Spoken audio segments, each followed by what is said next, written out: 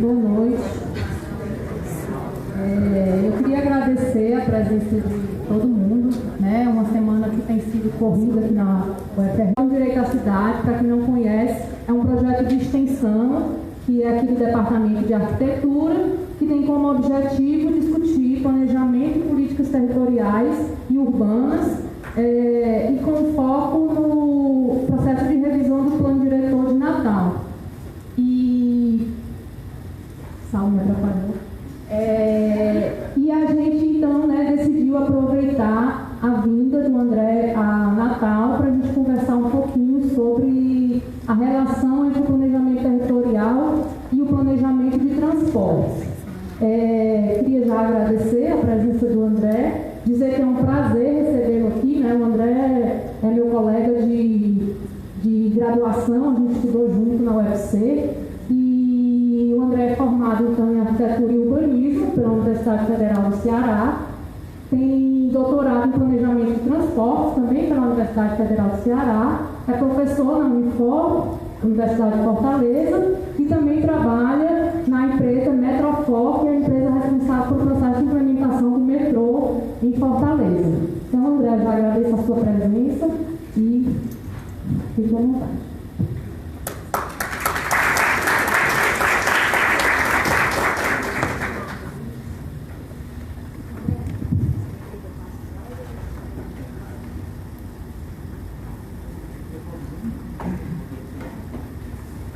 Boa noite a todos.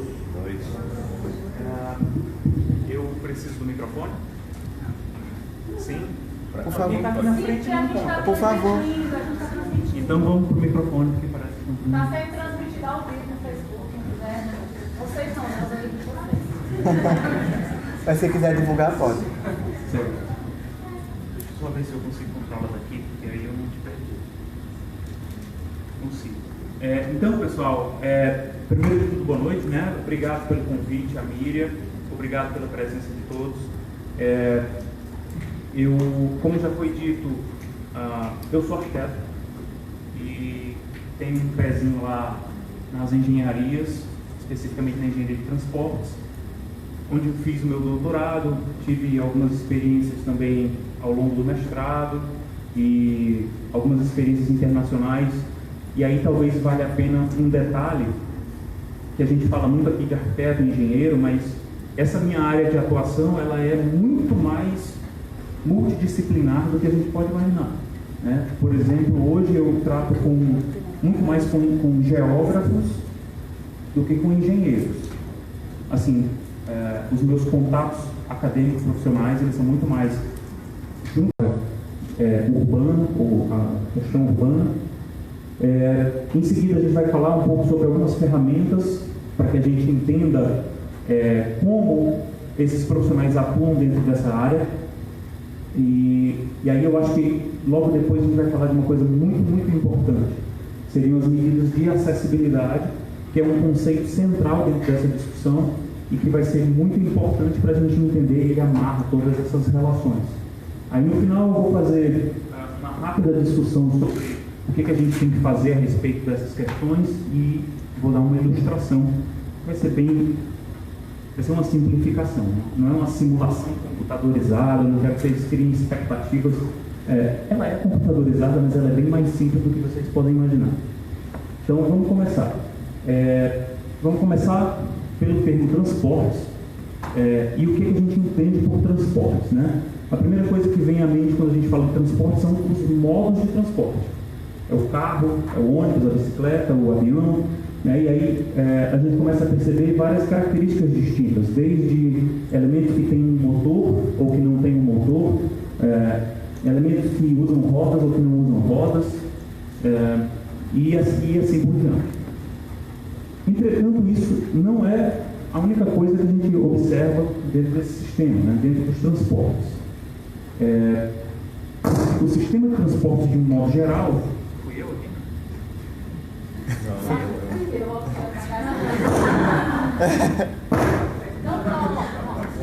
A iluminação sonora. Então, quando a gente fala de transportes, a gente não fala somente dos modos de transporte. a gente fala de pelo menos 3 coisas. Então, qualquer sistema de transportes contém esses 3 elementos. Pelo menos esses 3 elementos. Você tem que ter um usuário, que pode ser uma pessoa, mas pode também ser uma carga, tá certo?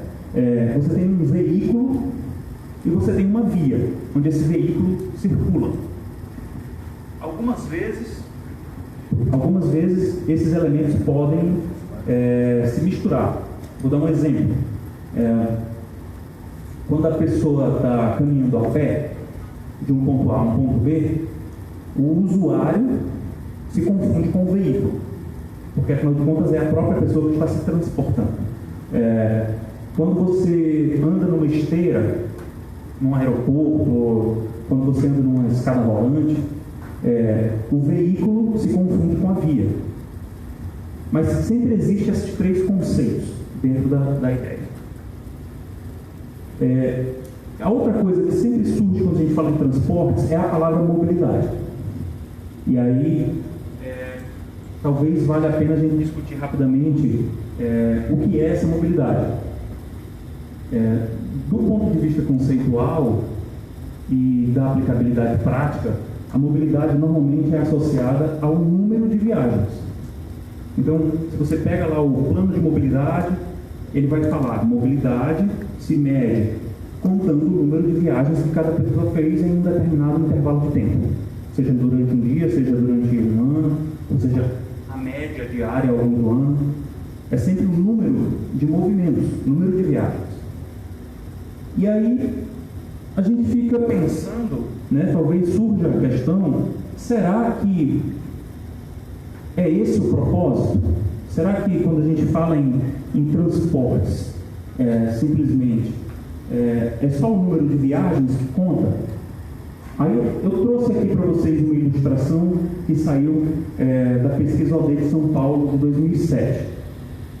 Ele apresenta o índice de mobilidade por modo e por renda. E aí a gente vai reconhecer aqui, por exemplo, que a variação da renda familiar vai ter um efeito sobre o número de viagens. Eu não sei se eu estou fazendo alguma coisa errada, mas às vezes falha, né? Tem que cantar igual rapper. Mas tem outro. O que mais a gente pode entender aí é que o número de viagens varia em função do modo de transporte. Então, se você olhar ali o usuário do transporte coletivo, vai ter um padrão, do transporte individual vai ter outro padrão. Então, a gente começa a perceber que contar o número de viagens é só uma parte da coisa. Está faltando, né? Por isso que eu estou falando, tudo bem. O que isso significa? Que a gente tem que ultrapassar esse conceito de mobilidade para que a gente possa contribuir com o planejamento desses transportes de tal modo que ele alcance objetivos maiores do que simplesmente garantir número de viagens. Certo? Então, será que transporte é só mobilidade?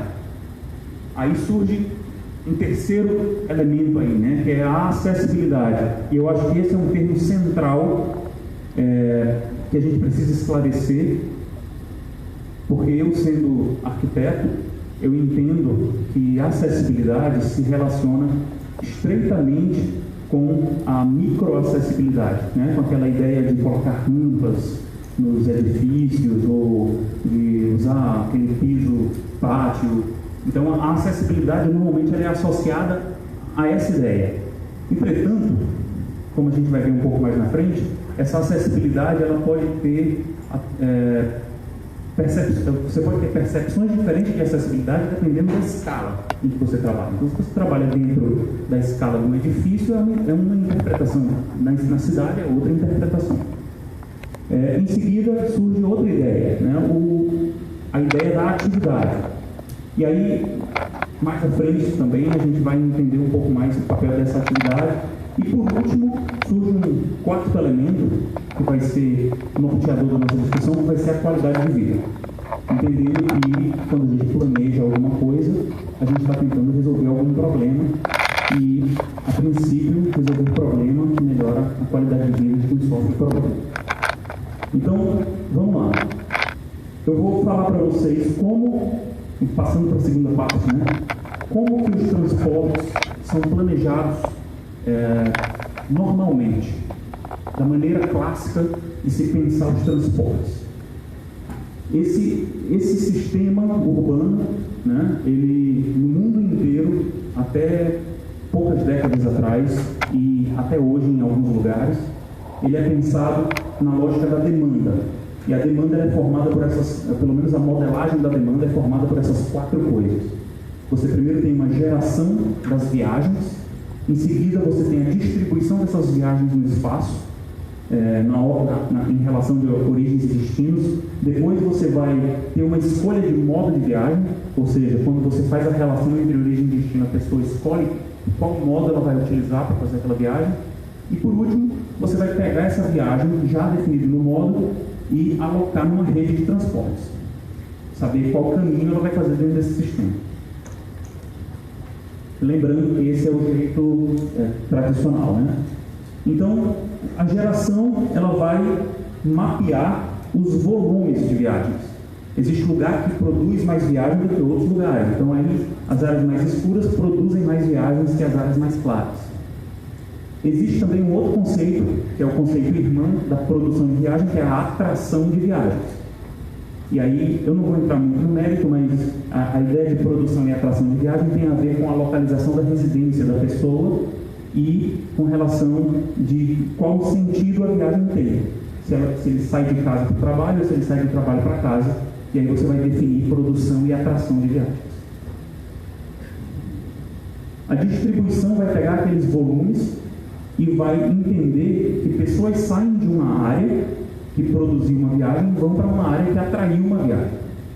Então você vai criar linhas de desejo entre essas zonas. E claro que essas linhas de desejo elas têm maior ou menor intensidade dependendo de quantas pessoas querem sair de uma área e ir para outra.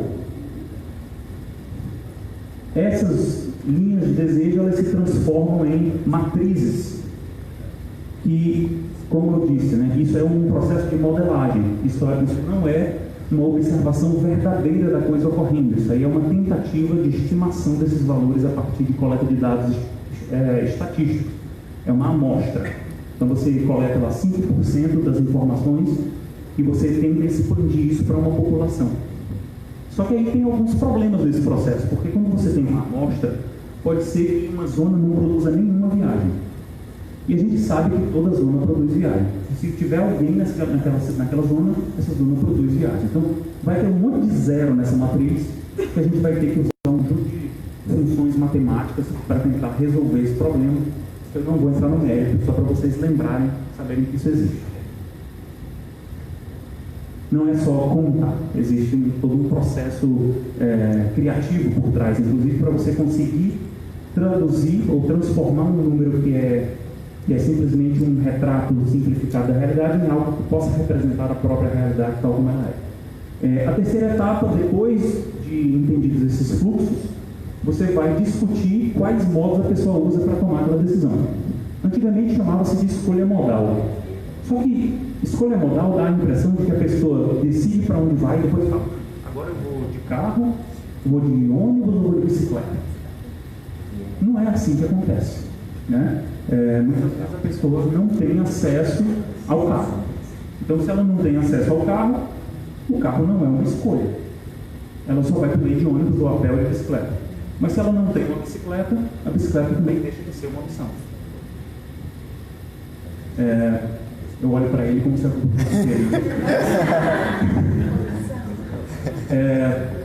Então, mudou um pouco a ideia, né? Hoje não se fala mais de escolha modal, fala-se mais em divisão modal. E aí existe uma divisão modal que vai depender de renda, vai depender de um monte de coisa, certo? E aí eu trouxe só uma ilustração da mudança ao longo do tempo da escolha modal da cidade de Viena.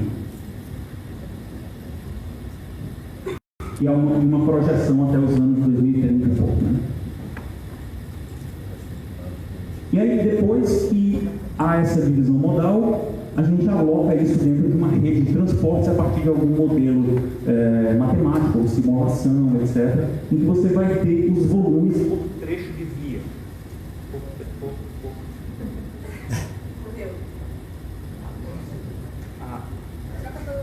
Troca pelo. Alô? Então a gente vai ter. Vou pegar de um jeito diferente aqui. Então a gente vai ter esses volumes na rede por trecho de via. A gente vai saber onde é mais carregado, onde é menos carregado a partir da modelagem. E a gente está tentando desenhar a demanda, ou seja, o que as pessoas querem fazer, para onde as pessoas querem viajar, como elas querem viajar dentro da cidade. Não sei se vocês perceberam, mas essa conversa toda falou só de modos de transporte, rua, viagem, não é isso? Pois bem. Quando a gente pega todos aqueles dados, a gente consegue fazer alguns retratos dessa realidade. Um deles é esse aqui. Conseguir descrever o volume de viagens em função dos motivos dessas viagens. Então a gente percebe nessa pesquisa de São Paulo que o principal volume de viagens tinha como motivo trabalho e educação. E o resto era mínimo, muito pouco. Ou seja, trabalho e educação respondiam a 80% mais ou menos das viagens. Isso significa que pouca gente viaja a motivo lazer, ou pouca gente viaja por motivo de compras. Isso é bem questionável. Na verdade, existe aí um conjunto de erros nessa modelagem, né? Primeiro, a gente pergunta das pessoas o que elas fizeram no dia anterior. E aí, se a pessoa esqueceu que ela foi comprar pão, essa informação não está na pesquisa. Ou então, a pessoa fala, não, eu saí aqui, fui fazer compras, fui fazer compras na esquina. É uma viagem isso, ela saiu de casa para fazer compras e voltou. Mas se a esquina for menor do que 500 metros de distância da sua casa, normalmente viagens menores que 500 metros não entram na amostra. E aí a gente perde uma quantidade de informações muito importantes que dizem respeito a viagens cotidianas, como compras de coisas, como é que eu posso dizer, bens de consumo imediato, assim, ir no supermercado, na padaria, né? Então, o mais importante dessa imagem é a gente entender que existe ali uma coisa que justifica a viagem existir. Então, se existe uma coisa antes da viagem que faz com que a viagem seja importante, ela existe para tentar viabilizar alguma coisa. Por exemplo, eu ia ao trabalho, eu ia para o trabalho, ou ir para a escola. Eles são pegadinhos? Não. Vocês viram aquele vídeo já da mulher que fica no sanduíche? Eu estou me sentindo desse jeito. Pois bem. Então existe ali uma coisa importantíssima que são os motivos de viagem, tá certo? Eu estou achando que é um mau contato, não? Aqui. Porque tem um sinal, de repente passa na frente de alguma coisa. Talvez quando eu vire de costas para ele, não sei. Então, vamos lá, vamos fazer de conta que está dando tudo certo. Isso significa que os transportes são uma demanda derivada, certo? Derivada dos motivos da viagem. O que me faz viajar? É porque eu preciso desempenhar uma atividade do outro lado desse deslocamento. Eu tenho que sair da minha casa e ir lá para o outro lado, namorar, trabalhar, comprar alguma coisa. Não é isso? Então, entra um termo central que vai fazer. Que vai fazer. É porque aí o pessoal que está assistindo não vai entender o que eu estou falando. Enfim. Essas atividades. Vai ficar tudo. Essas atividades, elas são homogêneas dependendo do que você olha. E os transportes, de qualquer modo, são uma resposta a essa organização espacial. Então, as atividades são um elemento central. Quando a gente olha para um mapa de uma cidade, a gente vê um conjunto de edificações e a gente tem que ter consciência de que uma boa parte dessas edificações são residências, aproximadamente 50% desse território, e que as outras edificações dizem respeito a outras atividades, onde as pessoas trabalham, se divertem, fazem compras. E para que eu saia da minha casa e possa desempenhar todas essas atividades, eu tenho que me deslocar. E aí os transportes entram em cena. O que significa, mais uma vez, que o transporte, como sendo uma demanda derivada, ele é, na verdade, uma ferramenta e não um fim em si mesmo. Então não faz sentido eu planejar um sistema de transportes olhando só para o sistema de transportes. Eu tenho que olhar para o que motiva o sistema de transportes.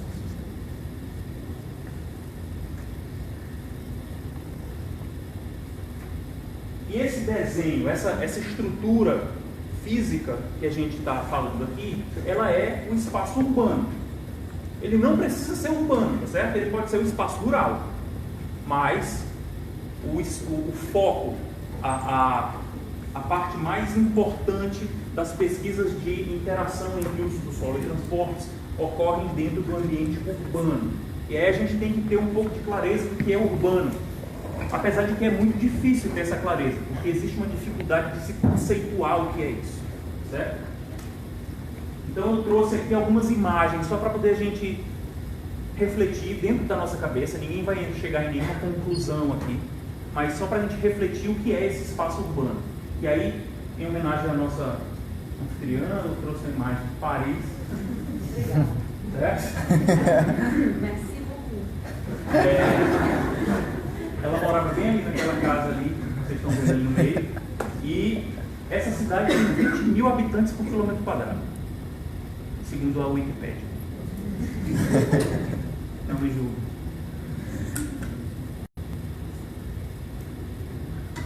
Isso é urbano? É urbano, né? Eu acho que é urbano, tanto quanto a anterior. Mas aí mudou ali, pelo menos um indicador, né? Densidade populacional. Isso é urbano também. Né? Aí, em homenagem a mim mesmo, eu trouxe uma cidade que eu, contemporaneamente, a Miriam estava ali lado a lado com ela e conversando por telefone algumas vezes, estava me dizendo coisas. Essa aí é uma outra cidade bem menor, com outro indicador, e a gente olha para a imagem e acha que é urbano.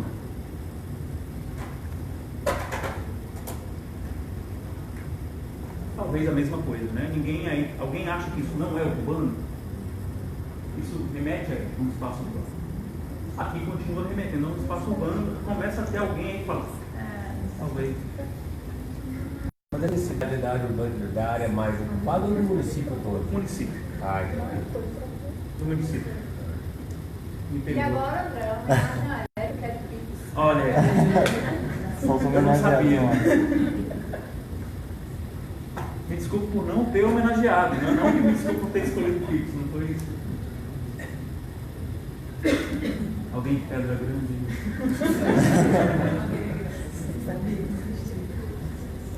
Aí a gente começa a olhar para aí e a gente começa a se perguntar o que é urbano. Qual é o limite do urbano? Será que aquele número ali diz alguma coisa? Você pode pegar cidades com o mesmo nível de densidade, com condições físicas completamente distintas, né? Isso é urbano? Quando começa a ter muito verde, a pessoa começa a ficar um pouco na dúvida, né? Isso é urbano. Parece uma característica da cidade, acabar com o verde.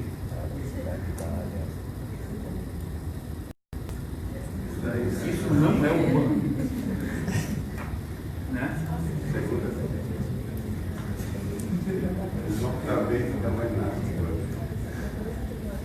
Então, na verdade, eu trouxe aqui uma outra imagem só para poder levantar um questionamento. A cidade, ela não é necessariamente urbana, na verdade. Ele não é necessariamente definido pelo número de pessoas. Quando você tem só uma pessoa, você não tem um sistema urbano complexo. É um sistema complexo que seja entendido como urbano. Quando você começa a ter muitas pessoas que interagem e criam, e recriam, e multiplicam ideias, etc., você começa a ter níveis de complexidade. E eu acho que esse nível de complexidade pode ser uma boa pista para que a gente possa descrever o que é o urbano. E aí, quando você olha para uma cidade e suas redes e suas conexões, e você percebe similaridades, mesmo que visuais, com sistemas de redes complexas. E não só, né? Isso aí é um indício, existem outros indícios de que esses sistemas são complexos. Então, a gente gostaria de, pelo menos, continuar a discussão com a ideia de que esse sistema urbano é um sistema complexo e que um sistema é conformado por um conjunto de elementos que tem um efeito emergente dessas relações que é maior do que simplesmente a soma dos elementos que o conformam. Então, se você tem, talvez seja fácil de entender, se você tem uma cidade com 1000 habitantes, você tem um nível de complexidade. Se você tem uma cidade com 2000 habitantes, você não tem o dobro de complexidade, você tem mais que o dobro de complexidade. Porque o número de relações se multiplica. E uma pessoa individualmente não forma um sistema complexo. Agora, muitas pessoas juntas formam um sistema complexo. Então, a ideia de complexidade, mais ou menos nesse sentido.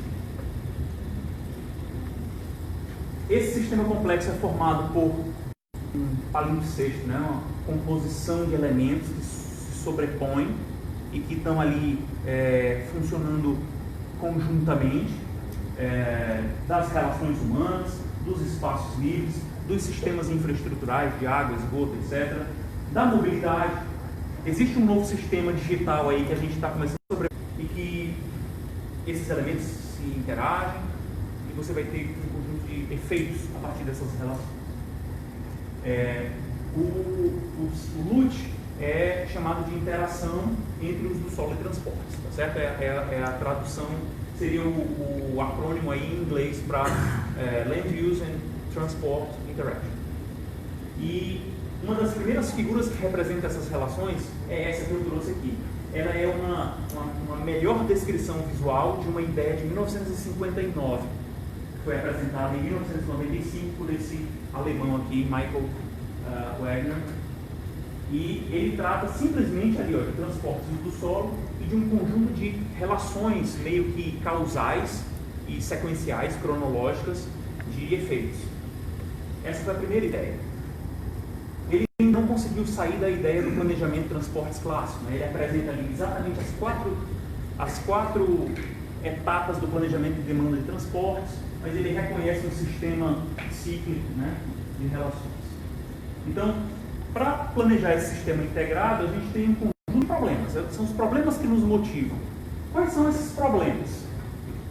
É um problema do uso do solo? É um problema do transporte? É um problema da demanda? É um problema da localização das coisas? Ou é um problema humano? É um problema de medo de violência? Um problema de infraestrutura precária? É um problema de que eu moro do lado de uma favela e eu estou de saco cheio, sei lá. Ou outros problemas mais humanos e que muitas vezes fogem, pelo menos, da minha bolha de realidade, né? O conjunto de questões de segregação que eu não sofro, porque eu sou homem, branco, e que outras pessoas sofrem. Será que é porque existe um conjunto ali de condições insalubres que não fazem parte da minha realidade, não fazem parte de outras? Qual é o problema que eu estou tentando resolver? Isso significa que existe um conjunto de disputas de interesses dentro desse sistema. Se existe a primeira disputa entre o transporte e o uso do solo, existem muitas outras disputas entre as pessoas que fazem parte desse sistema complexo. Nesse sentido, a gente chega em uma questão complicada. Como que a gente planeja um sistema que é complexo? Não dá para eu quebrar ele em pequenos pedaços e planejar o pequeno pedaço, ou seja, eu não posso planejar só os transportes. Eu tenho que planejar o transporte tendo tudo ao redor dos transportes. As coisas que os motivam, as coisas que os impedem. Então existem visões diferentes, porque existem pessoas diferentes com interesses diferentes dentro dessa realidade. E elas todas interagem. Existem conflitos entre esses grupos. Existem, obviamente, objetivos díspares. O que uma pessoa quer é o contrário do que outra pessoa quer. Então eu, como gestor, tomador de decisão, planejador ou orientador de quem vai tomar a decisão. Faz conta que eu sou técnico da prefeitura e vou orientar o prefeito a tomar a decisão. E aí ele chega lá e tem um grupo que quer uma coisa e tem outro grupo que quer o contrário desse primeiro grupo. Como que eu planejo um sistema em que esses entes estão em disputa e querem coisas antagônicas? Eu não sei responder isso, não. Tá? A gente está tentando avançar em um conjunto de ideias e conceitos para se chegar em pelo menos um processo decisório que seja menos injusto ou que seja mais eficiente de algum ponto de vista, né?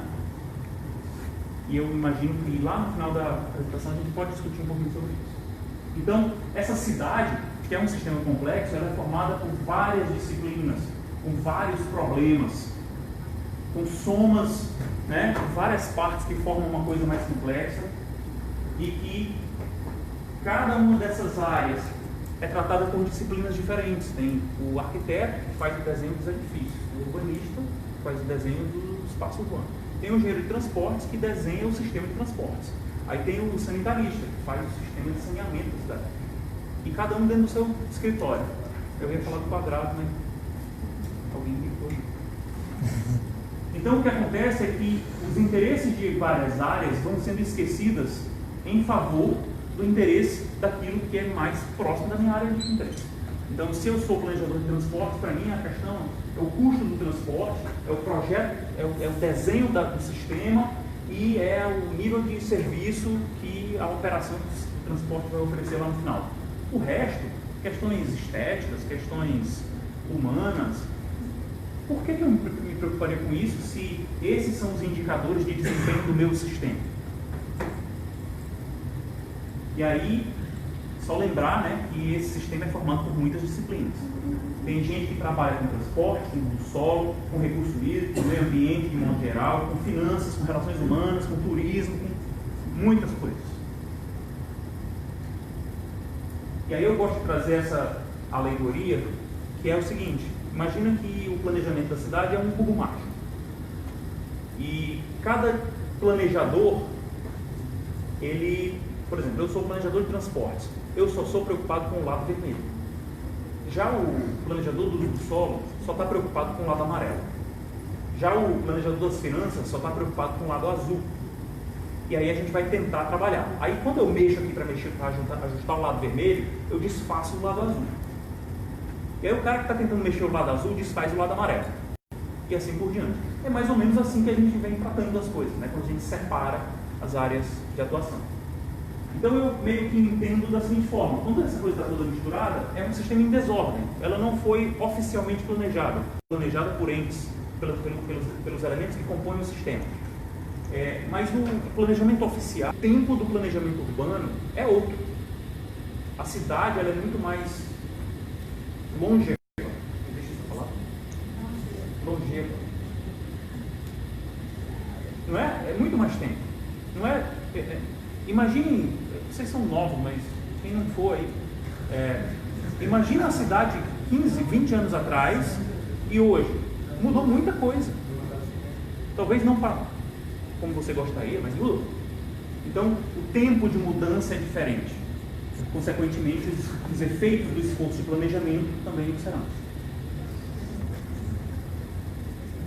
Pois bem, na tentativa de planejar esse sistema, os engenheiros de transporte e principalmente o pessoal que trabalhava com planejamento lúdico inventou um conjunto de modelos matemáticos, dezenas deles, para tentar representar essa realidade. Relações, o que causa, o que não causa, indicadores. E todos esses modelos conceituais geraram vários modelos operacionais, computacionais de simulação, que hoje são utilizados para planejar cidades, né? Eu trouxe 4 aqui, mas são inúmeros. São dezenas. E todo ano aparece meia dúzia.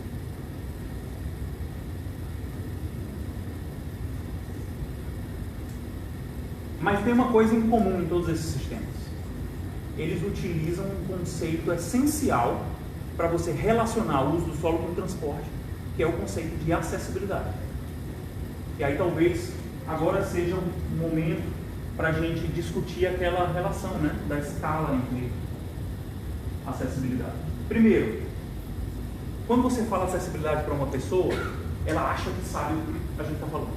Se você falar assim, não, a acessibilidade, todo mundo tem um conceito de acessibilidade na sua cabeça. Entende? Dentro de um senso comum da palavra. Entretanto, se você perguntar para 10 pessoas o que é acessibilidade, você vai receber 10 conceitos distintos. Porque ele é muito complexo. Ele é muito complexo. E, de certo modo, a literatura ainda não conseguiu se decidir o que ele significa. Então, ele é um conceito amplo e é aplicável a muitas áreas. Se você colocar lá no Google acadêmico, trabalho sobre acessibilidade, você vai encontrar desde programas, artigos falando sobre programas de computador e interface de programas de computador, design de edificações e planejamento de sistemas nacionais de rodovias. Vai falar de muitas escalas e de muitas coisas distintas. Para a gente, talvez seja por isso que a gente atrai tanto a atenção dos geógrafos, para a gente, essa acessibilidade ela é associada ao espaço. A gente está sempre trabalhando no espaço, nas mais variadas escalas, desde a escala, a microescala, que você sai daqui de cima dessa balcão aqui para cá para baixo, e aí por isso desenhou-se aqui um espaço de tal modo que eu consiga acessá-lo, eu que tenho minha condição motora padrão, né? Como se espera talvez, ou alguma pessoa que tenha alguma dificuldade. E aí isso aqui chegou a ser esse desenho, isso aqui facilita a vida da maioria das pessoas. Pronto, isso aqui garantiu a acessibilidade. Isso aqui é uma escala, mas existe outra escala, né? A escala de acessibilidade regional, municipal, nacional. Claro que a gente não vai resolver a acessibilidade municipal com uma rampa. Vai precisar de uma solução muito mais complexa. Então, uma pergunta bem básica. Onde é que vocês acham que a gente tem mais acessibilidade dentre essas duas imagens aí? Em qual das duas você falaria, aí tem mais acessibilidade do que aqui? Da direita? Da direita de cima ou da direita de baixo? Da direita de baixo.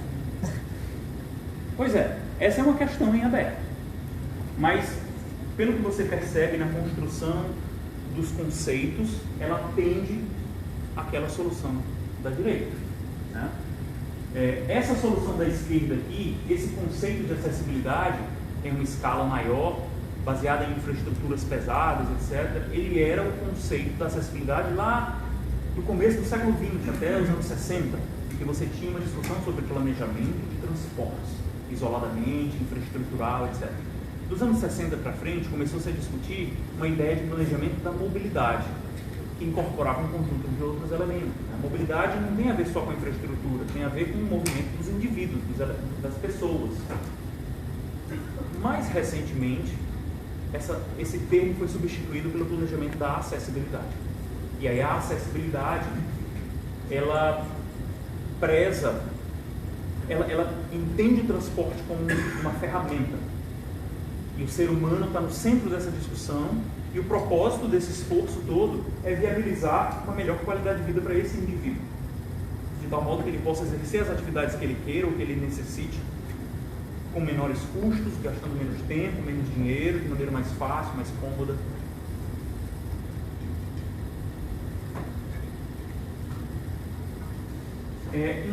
Um conceito clássico de acessibilidade é esse de cima, é a provisão de oportunidades a indivíduos para participarem em atividades em diferentes locais.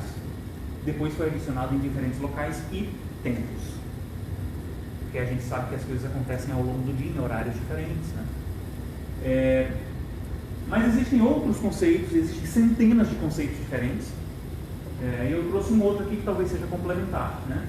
E a acessibilidade é o quanto sistemas de uso do solo e transporte permitem ou restringem grupos de indivíduos a alcançarem atividades ou destinos por meio de combinações de modos de transporte. É um pouco mais complexo, né? Mas eles tentam ir na mesma direção, eles são uma evolução natural um do outro, à medida em que você entende que o propósito é a oportunidade de participar de atividades. Você quer oportunizar atividades aos indivíduos. Então, essa acessibilidade, ela pode estar associada a pelo menos 3 conceitos. Existem outros, mas esses contemplam coisas mais próprias, mais próximas, para que a gente faça uma discussão que amplia os horizontes do que a gente pensava ter anteriormente, né, com a ideia do planejamento de transporte. Primeiro, é pensar no próprio transporte. Né? O próprio transporte, ele restringe a acessibilidade? Claro que sim.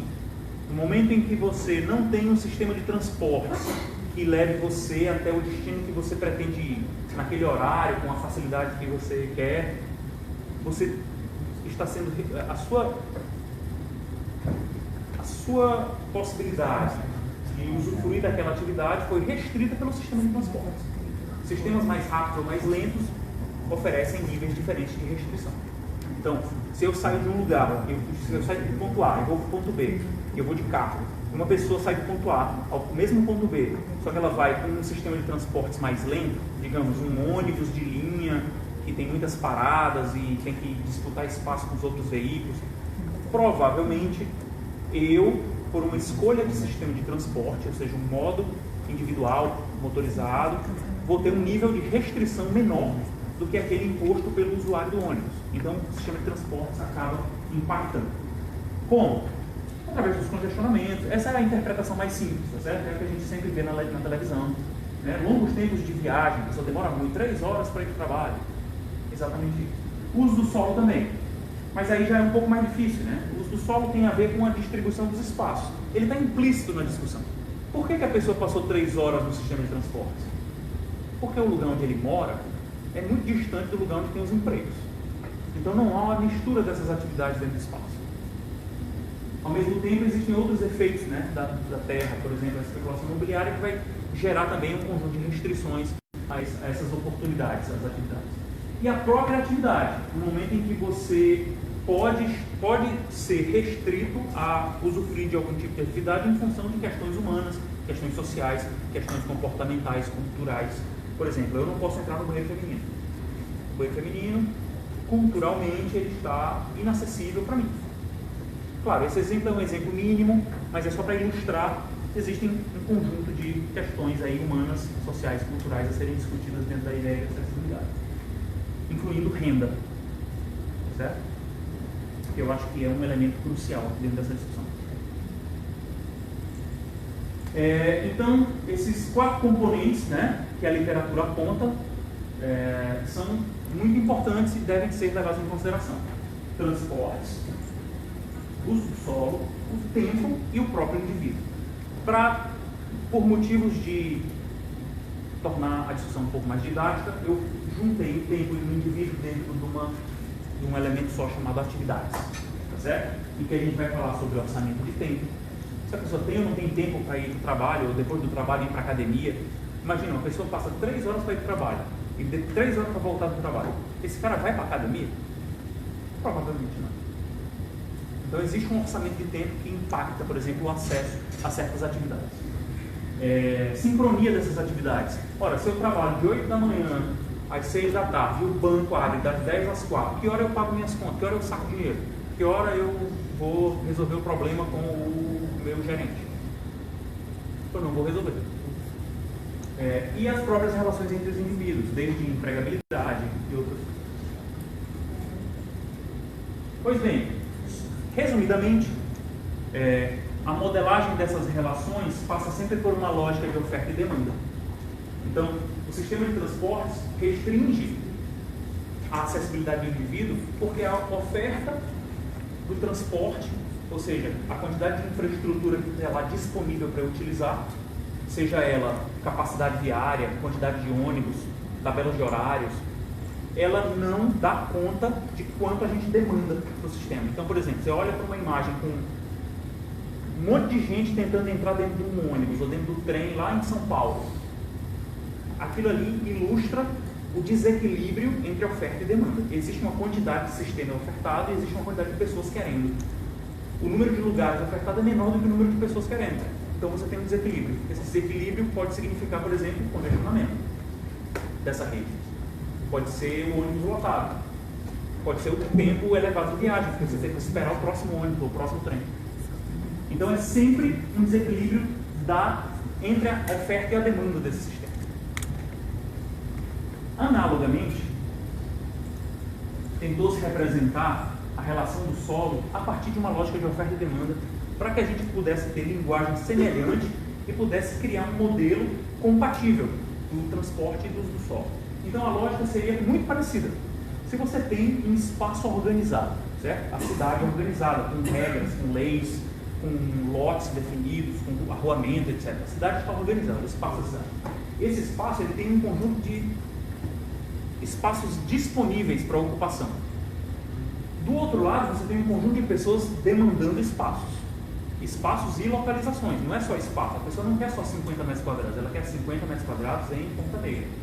Ou ela quer 50 metros quadrados perto do trabalho dela, que é em algum outro bairro. Entretanto, existe um desequilíbrio nessa relação. Por quê? Porque existe uma relação de... É como se fosse como é aquele negócio que o cara...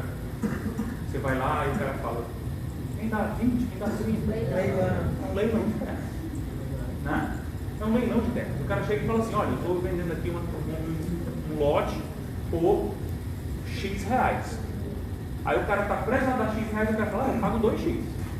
Opa, eu vou pagar aqui para o cara que paga 2X. Aí chegou outro e fala, não, eu pago 3X. E aí a gente começa a perceber variações no preço da terra, né? Todo mundo sabe que existe terra mais barata do que outra.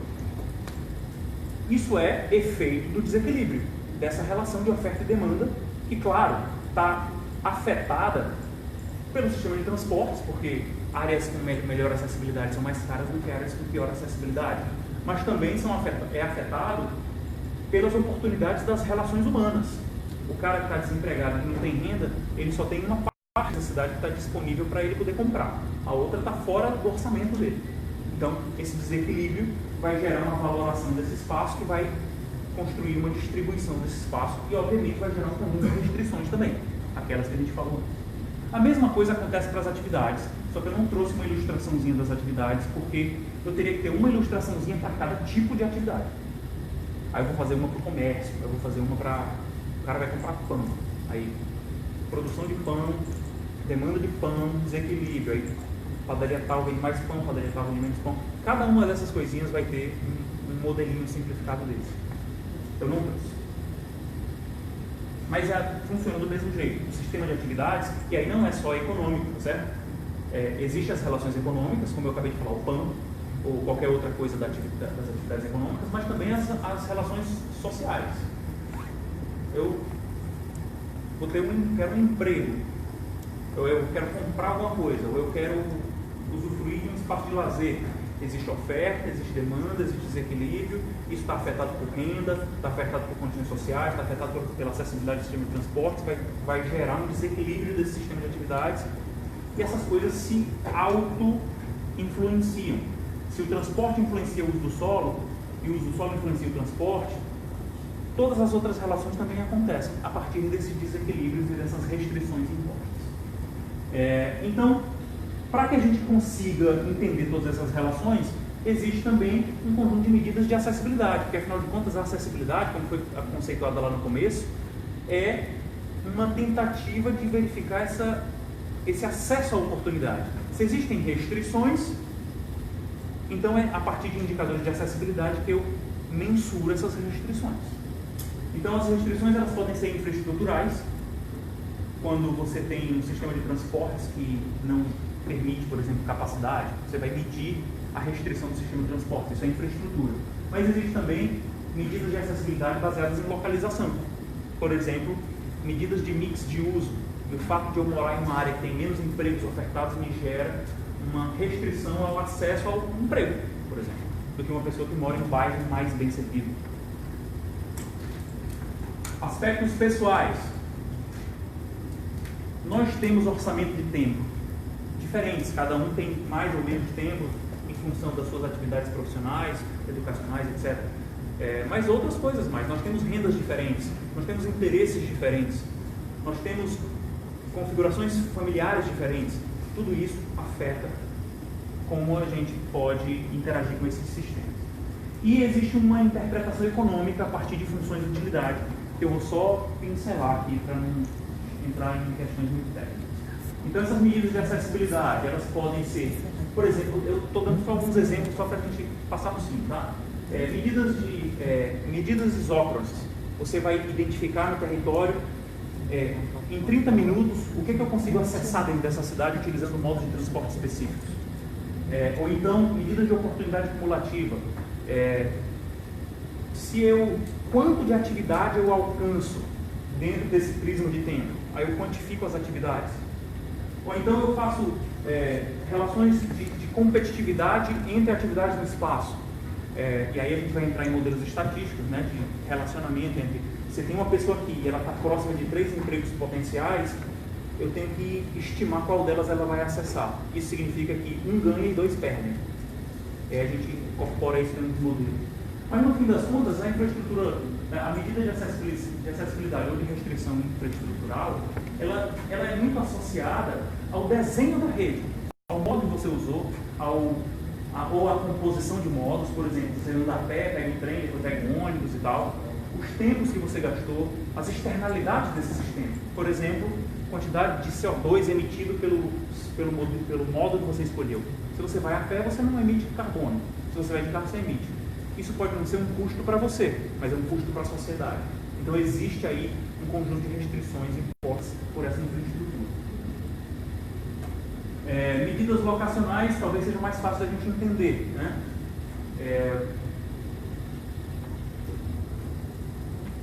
Eu entendi, mas tudo bem. A medida locacional ela tem a ver com, como eu tinha dito, a distribuição das coisas no espaço. Então, se a gente mede, que eu acabei de falar de... como é que eu volto, hein? Aqui. Se a gente está medindo condições locacionais, e aí eu inverti para vocês, essas são as medidas locacionais, certo?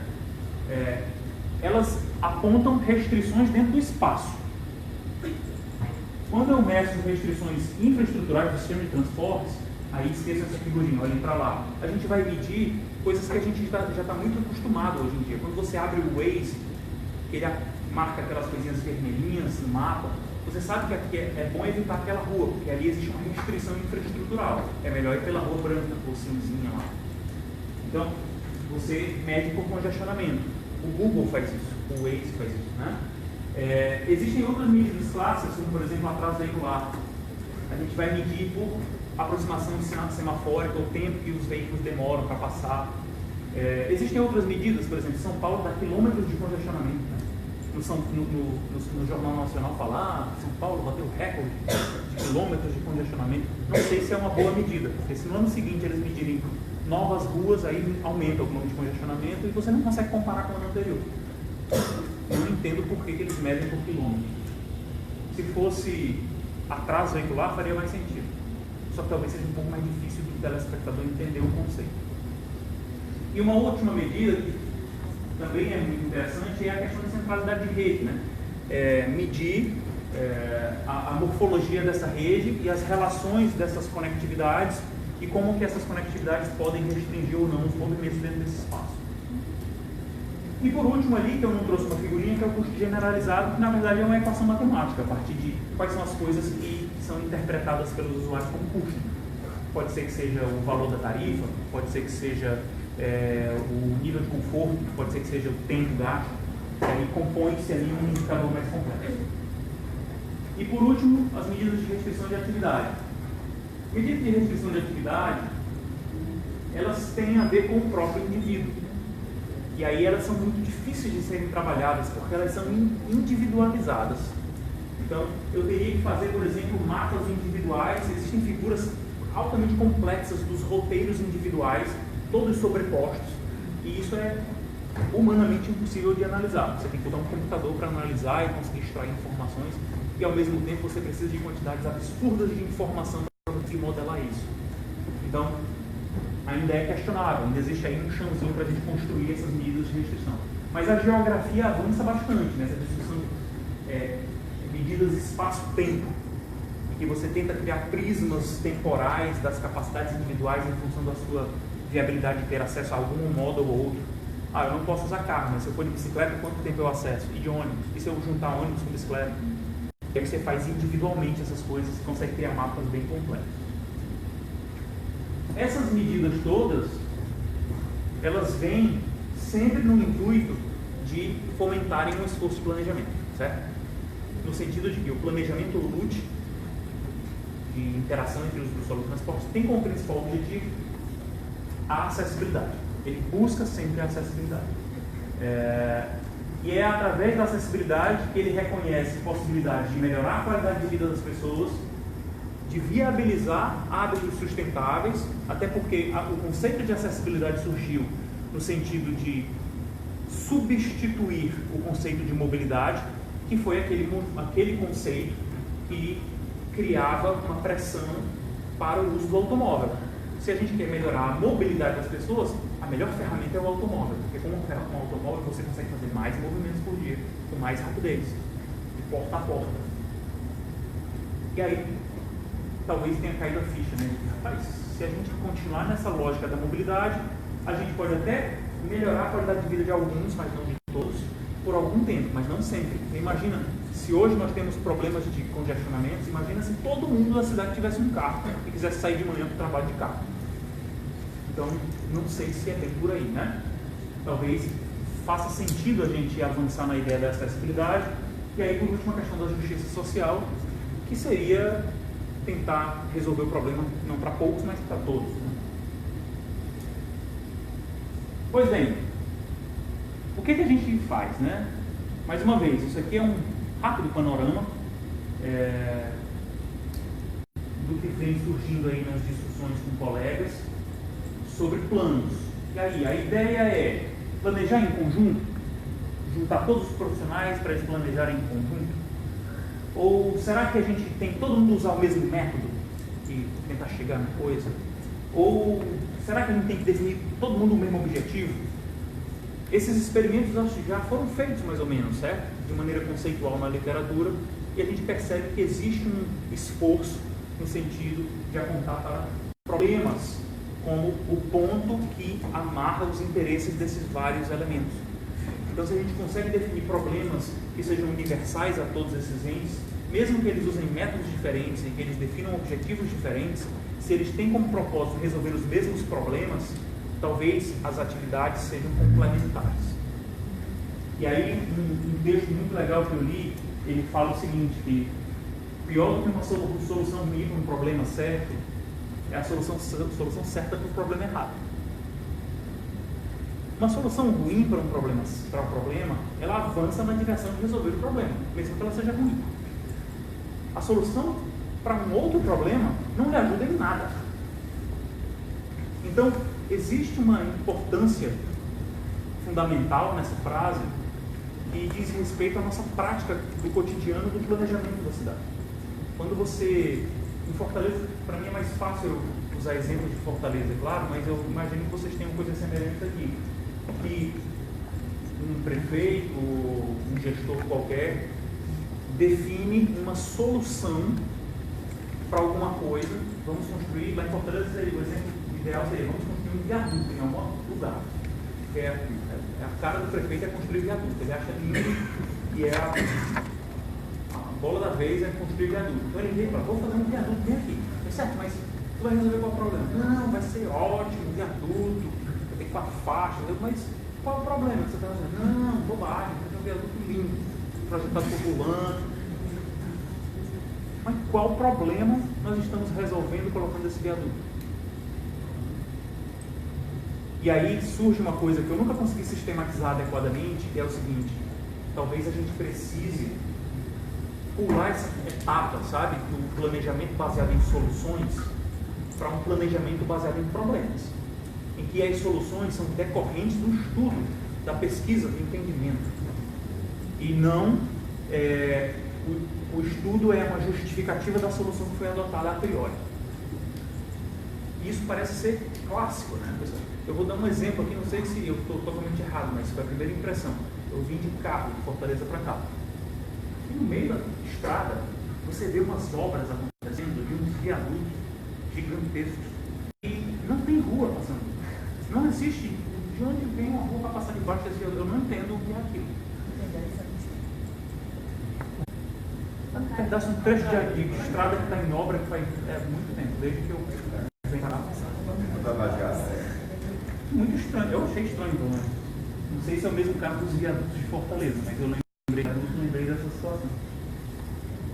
Pois bem, existem esforços de planejamento organizacionais, eles normalmente são definidos em 3 etapas: uma etapa estratégica, uma etapa tática e uma etapa operacional. Na etapa estratégica, o propósito é definir temas e construir objetivos. Na etapa tática,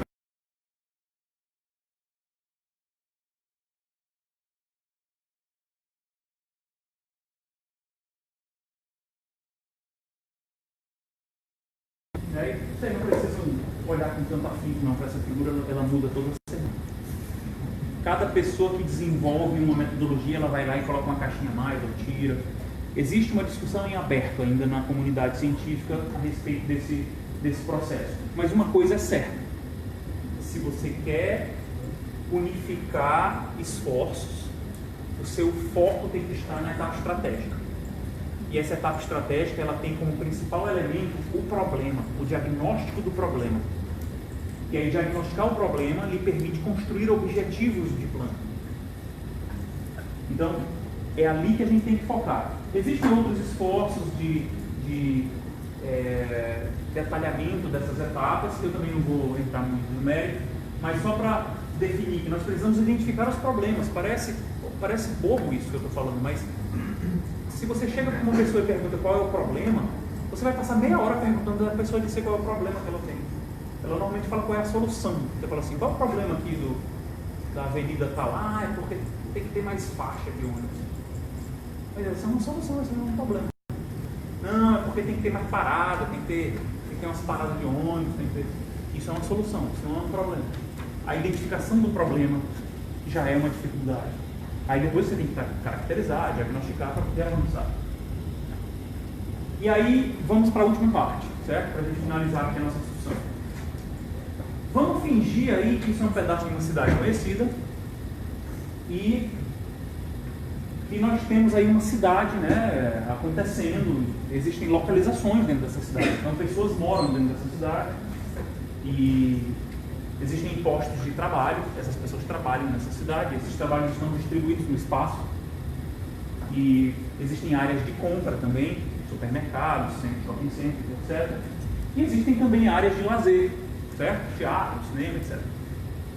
Cidade, claro, simplificada para a gente entender aqui, mas essas outras coisas, para além da residência, elas são talvez as atratividades, né?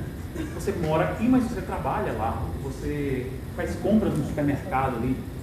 Então, uma casa dessa, ela tem talvez um raio de proximidade que seja aquilo que a gente entende como: isso aqui está acessível, está ao meu alcance. Tem um supermercado aqui perto de casa, eu tenho o teatro ali, eu não sei se vai vir lá, mas cinema. Aí tem os locais de emprego ali e tal. Mas, por conta do conjunto de restrições impostas a essas pessoas e das próprias relações entre os sistemas, a pessoa que mora ali naquela casa, ao invés de trabalhar ali do lado da casa dela, ela trabalha lá do outro lado. E ela gosta de ir no parque ali, depois da Via Expressa ali. E o supermercado que vende as coisas que ela gosta está ali mais embaixo, não é aquele perto da casa dela. E aí você criou uma demanda que não é aquela demanda mais óbvia da proximidade, por exemplo, né? E isso não acontece só nessa casa, isso acontece em todas as casas.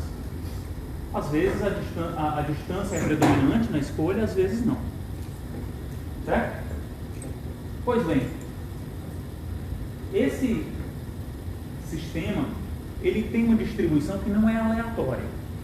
As coisas estão distribuídas por uma lógica, elas não estão aleatoriamente distribuídas. Então, por exemplo, nessa nossa cidade aí, existe uma área de concentração de empregos.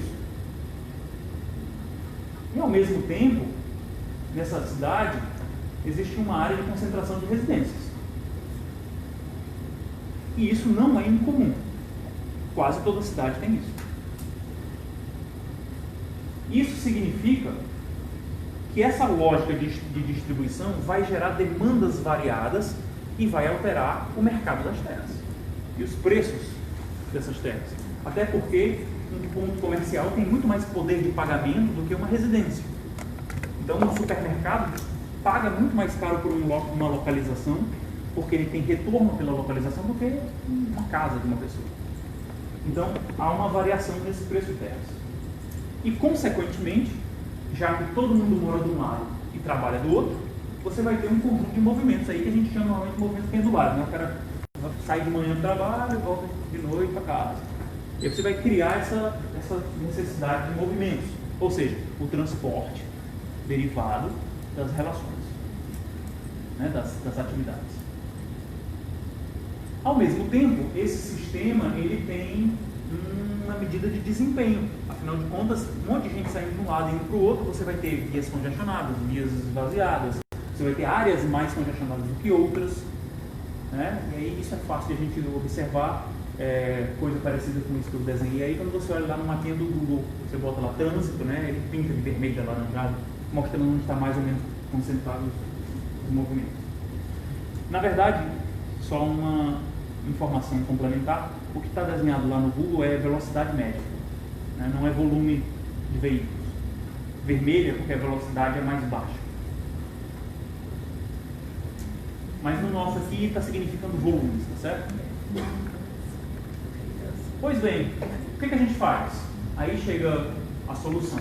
Vamos colocar um sistema de alta capacidade conectando um lado da cidade com o outro lado da cidade. E aí, provavelmente, quando a gente faz isso, há uma modificação nos níveis de congestionamento dos sistemas, que pode ser temporário. Algumas situações são até duradouras, se resolvem com o tempo, outras voltam com o tempo. Mas isso não impede ou não descarta a necessidade de multiplicação dos modos ou das oportunidades, né, para que as pessoas possam alcançar essas atividades.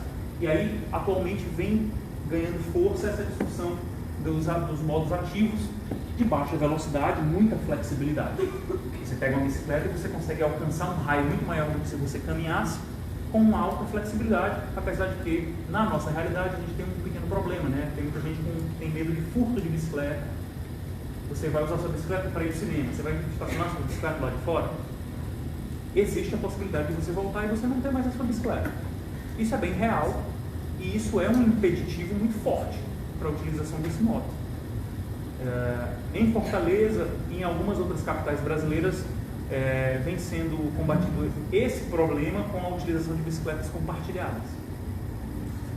Ainda estamos muito distante de uma realidade boa, certo? É muito boa para o que nós tínhamos há pouco tempo, mas se a gente for comparar com ambientes mais maduros nesse sentido, por exemplo, você vai para a Holanda. A Holanda, o principal modo de transporte do holandês é a composição bicicleta-trem. Então ele pega a bicicleta dele, estaciona, pega o trem, vai para o trabalho, volta, pega a bicicleta e vai para casa. E não só isso, o holandês tem 5, 6 bicicletas espalhadas no país.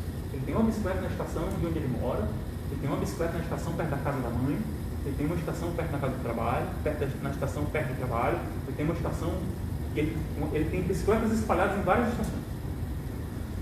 E lá o modelo de bicicleta compartilhada, de aluguel, por exemplo, ela não é tão importante. Ela é importante para o turista, para o usuário, para o morador, não.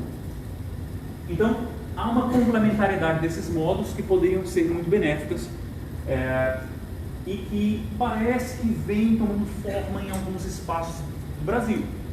São Paulo é um exemplo, ainda tímido, mas é um exemplo, né, que tem um sistema de metrô urbano já bem consolidado e que vem investindo em sistemas móveis ativos, de mobilidade ativa.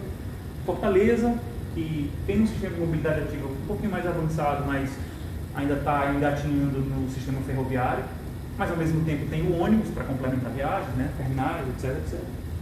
Então, essas relações, elas existem. Se nós tivéssemos ganhos de desempenho, melhor. Mas lembrando, nem tudo é o desempenho infraestrutural. Muitas vezes, essa bicicleta em casa, com um sistema mínimo de estacionamento e ciclovias e ciclofaixas resolve muito melhor as necessidades diárias de acesso às atividades de necessidades básicas, né? Supermercado, etc, etc. E às vezes até ir ao trabalho, muito mais do que a gente pensa. Muitas vezes complementar a sistemas mais robustos, como o metrô. E outra, se você mantém esse sistema dessa maneira e você faz os investimentos em infraestrutura de alta capacidade, é muito provável que você altere e agrave ainda mais a condição de valor da terra. Porque quando você coloca uma estação de metrô, é bem possível que aquela terra ao redor do metrô se valorize. Como que a gente escolhe onde é que a gente bota no metrô? A gente escolhe pelo benefício, e eu não estou dizendo que isso é certo, eu estou dizendo que é assim que se faz, muitas vezes. Escolhe-se o investimento público, e muitas vezes o privado, onde existe maior retorno. E esse retorno, muitas vezes, está associado aos benefícios de tempo e de desempenho do sistema de transportes, que são valorados pela renda de quem é beneficiado. Então, se a minha hora de trabalho vale R$1.000 e a hora de outra pessoa vale R$10, ganhar uma hora minha dá um retorno maior para a sociedade do que ganhar uma hora daquela pessoa que ganha R$10. Então, se a gente faz isso, e se a gente usa essa mesma lógica, a gente está tornando ainda mais discrepantes essas relações de segregação socioespacial e de diferenças econômicas entre classes.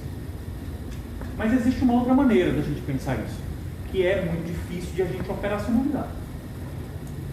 E se a gente mudasse as atividades e não invertesse o sistema de transporte?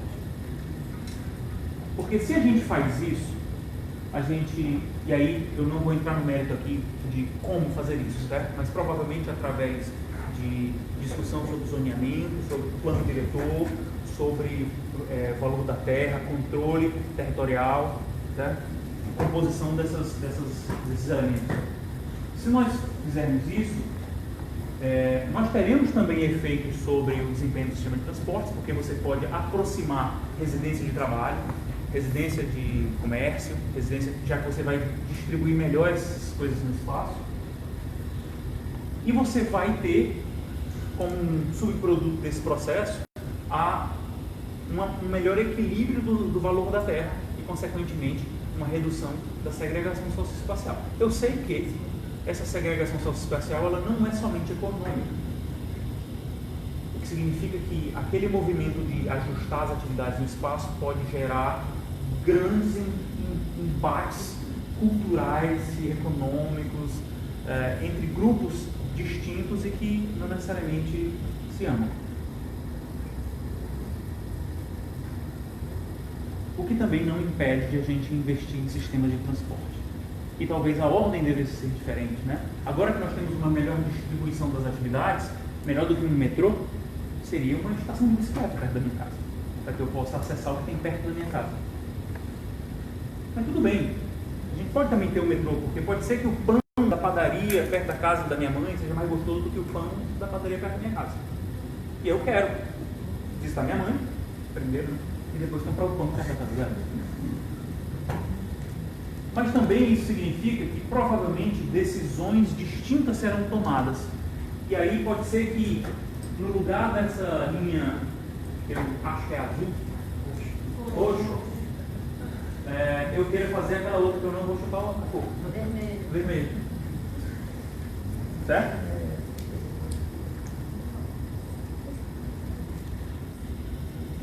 Dada essa ilustração, eu vou só juntar aqui as coisas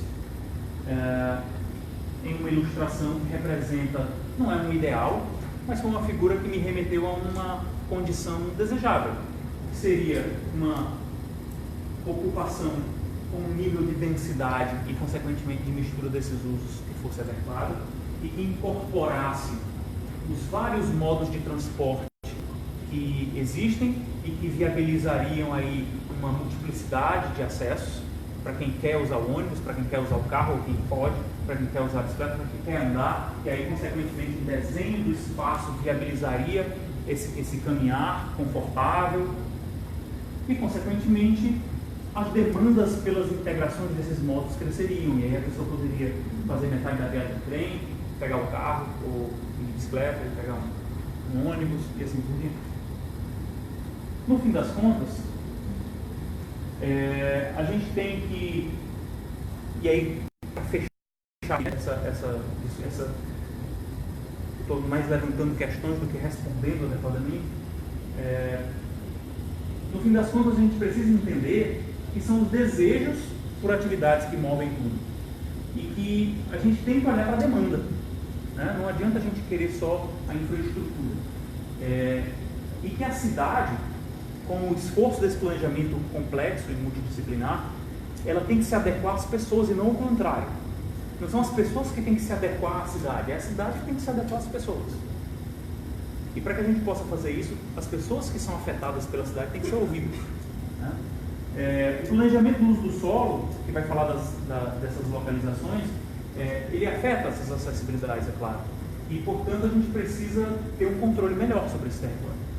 E aí é uma batalha que, consequentemente, a gente precisa de algum tipo de reforma urbana, já que a cidade vem tomando uma forma. Os transportes, no fim das contas, já que a gente já falou dos desejos e das localizações, onde as pessoas moram, etc., a gente tem que entender que a acessibilidade, ela não é necessariamente mais velocidade, ônibus mais rápidos, metrôs, não necessariamente, mas pode também ser. Então a acessibilidade, ela pode acontecer em baixas velocidades, desde que exista um contraponto com as distâncias, né? Porque velocidade significa espaço e tempo. Então, se a gente quer acessibilidade sem depender de velocidade, nós temos que mexer ou no espaço ou no tempo. Eu acho mais fácil mexer no espaço do que no tempo, né?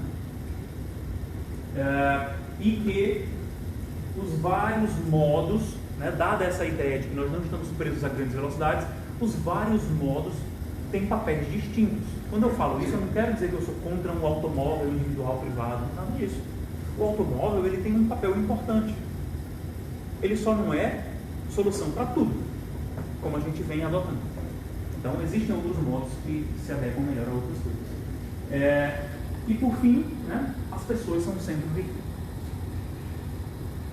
No fim das contas, e esse é o último slide mesmo,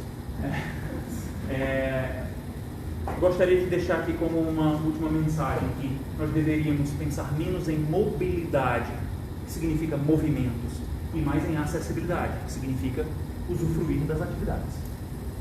Se para usufruir das atividades eu preciso me mover, tudo bem, a gente ataca a mobilidade, mas o propósito final é a acessibilidade.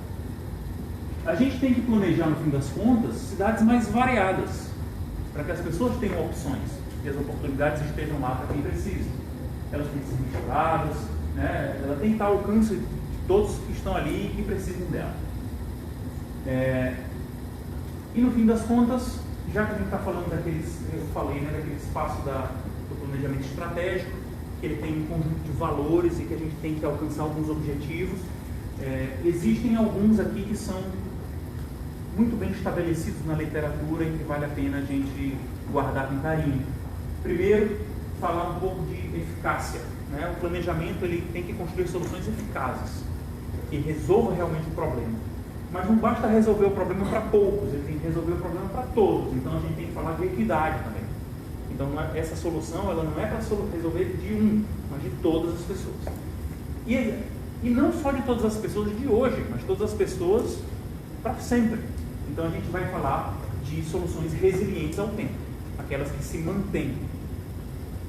O que significa que, levando em consideração esses valores, os objetivos mais genéricos que a gente deveria incorporar dentro desse planejamento que mistura transportes do solo e os vários profissionais seriam a justiça social, no sentido da equidade, né, de resolver para todos e garantir oportunidades a todos, a qualidade de vida, que eu acho que é o que nós queremos alcançar, é a coisa que nós queremos alcançar para todos. E por último, e talvez o termo que tenha seja mais badalado, né, nos últimos tempos, seja a discussão da sustentabilidade. E aí a sustentabilidade ambiental, mas também sustentabilidade econômica, sustentabilidade social, cultural, etc. E eu vou ficar por aqui Só frisando que essas últimas 6 palavrinhas aí grifadas, elas são dentro do meu esforço de avaliação da literatura mais avançada dentro da ideia do planejamento integrado, multidisciplinar. Esses são os elementos centrais de 90% do que está sendo discutido. Variando os problemas, os valores que movem as discussões são esses, os objetivos pelos quais esses problemas estão sendo discutidos são esses.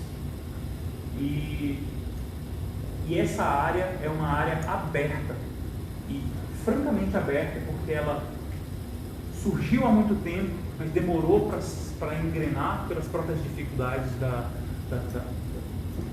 complexidade do sistema, e hoje ela está em franca ascensão para quem quiser se juntar, né, ao esforço de planejamento, e nenhum problema urbano foge dessa necessidade de abordagem complexa.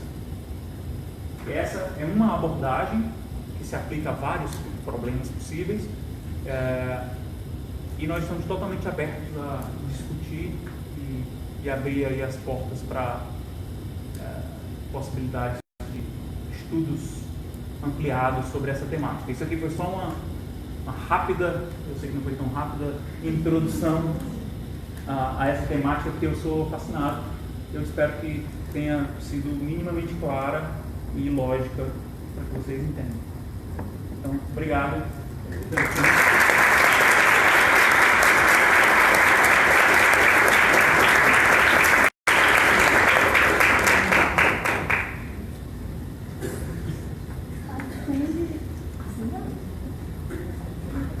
Vai tirar tudo, mas Olha aí, eu acho que era... bom, então vamos. A gente tem um tempo ainda. A gente tem um tempinho ainda, e aí a gente vai então abrir para perguntas, se a gente tiver várias, já temos. Então a gente faz um bloco, 3 perguntas, pode ser. Mas deixa eu...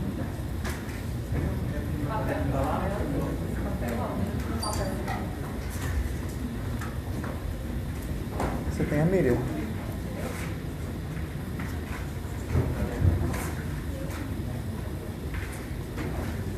Então a gente tem Milton, Maurício e Gabriel. Por enquanto. Boa noite. Eu vim mais aqui porque eu não sou daquele de Fortaleza, e aí algumas experiências em termos de transporte, que é o uso de estações de integração, que Fortaleza já usa já há um tempo. Coletivo. Isso aí eu queria que caso caiba aí, você possa comentar assim na tua avaliação. Isso é um modelo que não cabe mais a esse tempo, ou se ele serve ainda para ser usado em outra cidade. E aí, quando você falava nessa última parte, que a gente está em busca de soluções de uma cidade que já está plantada com todo o seu caos, e a gente busca, então, correr atrás de encontrar soluções. Aí, o Ceará lança uma ideia que está sendo, implanta uma ideia que o mesmo grupo, a mesma empresa, está fazendo aqui, que chama mais Smart City, uma espécie de uma cidade planejada, onde ele coloca todos esses conceitos dentro de um megabairro. Que esse bairro cresça como se fosse uma cidade. Se é tão difícil encontrar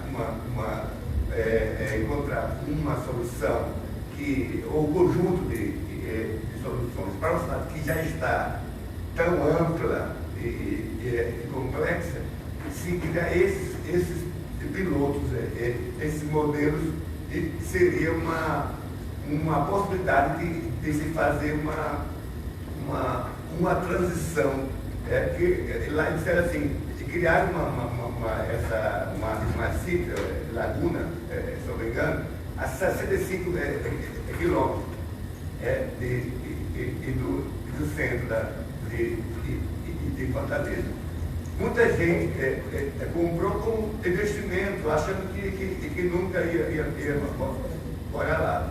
Mas tem gente que já está trocando Fortaleza por morar lá, por ter acesso a um monte de coisa, né? A visibilidade que você eu queria que você possa comentar essas duas coisas. Maurício. Uma inquietação sobre as equidades, a equidade de oportunidades. Mas, uma vez para viajar, numa parte da apresentação, você falou sobre as diferenças individuais, né? Diferença de renda, residência, o perfil diferente de comércio, mais bala na agulha, retorno financeiro, isso relacionado à distribuição do espaço. Tudo mais no final, uma redistribuição desses indivíduos e das atividades, deixaria os setorzinhos ficavam parecidos, né? Setorzinho igual de um lado, setorzinho igual do outro. E quando eu pensei nesses setorzinhos todos uniformes, foi uma curiosidade. Como são esses setorzinhos? Seriam setorzinhos por metro quadrado? Isso seria uma equidade em relação à densidade?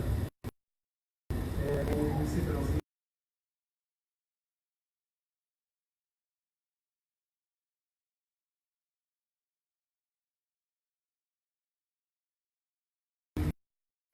mas isso pode ser equilibrado. Mas se ficasse hipoteticamente tudo igual em termos de valor e o sistema não é fechado, quem não tem aquela renda sumiria dessa cidade, como aconteceu, por exemplo, com cidades mortas no eixo sudeste de São Paulo, Rio de Janeiro, a Dutra, quando fizeram a Dutra, morreram cidades na Serra, porque o sistema uniformizou para uma renda que não compensa nem para um nem para outro, o valor não vale para você montar indústria e não vale para morar. Então, está igual, tem igualdades e oportunidades, mas é homogêneo e as pessoas escapam do sistema. Então, é isso, né?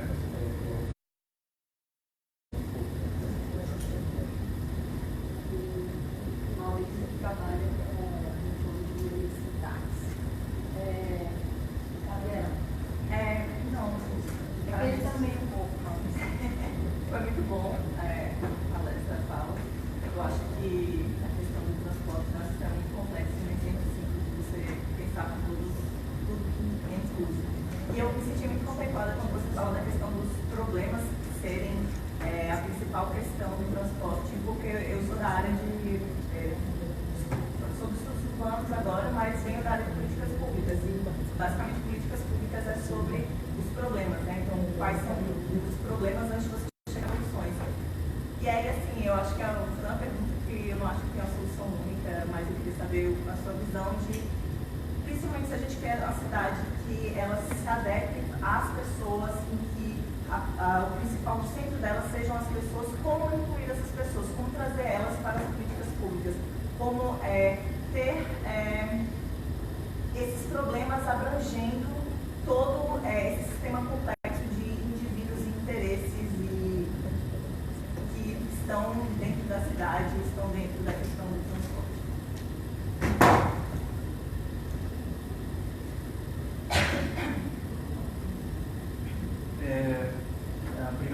perguntas.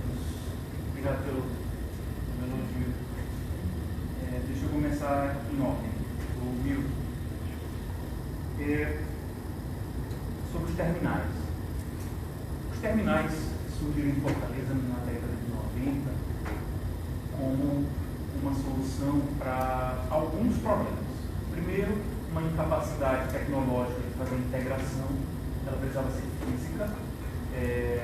Existia um conjunto de questões políticas e econômicas que viabilizaram a utilização daqueles espaços como espaços de terminais de grande porte, né?